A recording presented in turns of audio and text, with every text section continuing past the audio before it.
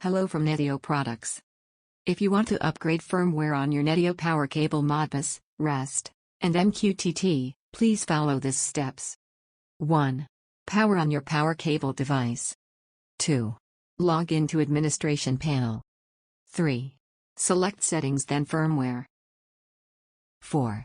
Select firmware package that you want to install and press button Install Firmware.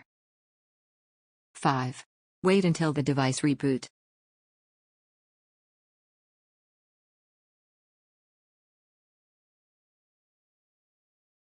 6. Reset the NETIO device to factory defaults. To do it, switch off the power for the device. Press and hold the button, power up the device and keep it pressed for at least 10 seconds. The device reverts to factory settings and the AP mode is activated, green quickly flashing for 1 second, then yellow blinks quickly. 7. Log into Administration Panel and configure your device. Thank you for watching.